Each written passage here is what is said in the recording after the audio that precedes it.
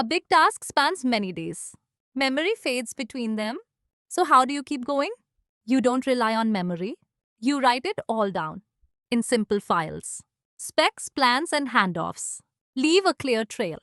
A spec for the goal, a plan for the steps, the status so far, and a clean handoff, like leaving a map behind.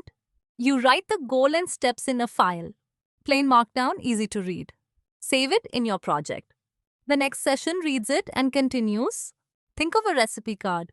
A spec is a written plan. Claude can pick it up later. A spec says what to build. A plan says how to build it. Spec is what to build. Plan is how to build it. The goal is the why.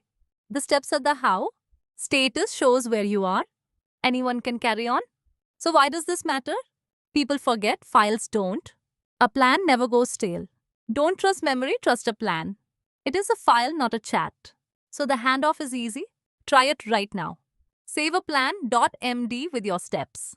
Tomorrow's session reads it first. So that is specs and handoffs. Next up, working smart at scale.